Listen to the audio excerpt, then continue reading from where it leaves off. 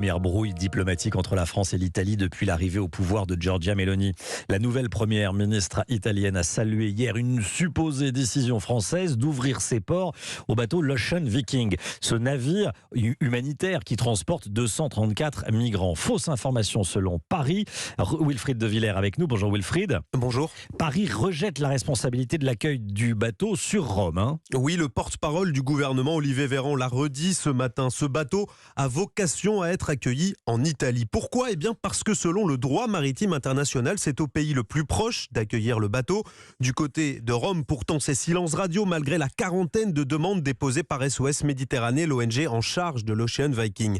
Pour Paris, l'attitude du gouvernement italien est inacceptable. Il faut que Rome respecte ses engagements européens, a martelé Olivier Véran ce matin.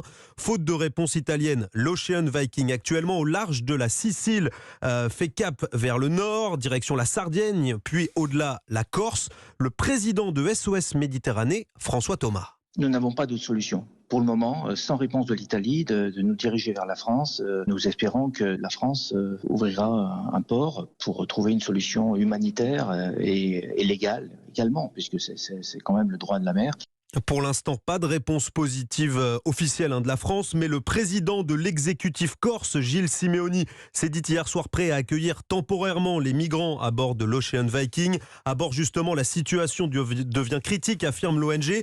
234 migrants, dont plusieurs enfants bloqués en mer depuis 19 jours maintenant. Plusieurs malades également et surtout une détresse psychologique selon François Thomas. Plusieurs personnes auraient même tenté de sauter par-dessus bord ces derniers jours. Wilfried de Villers, merci.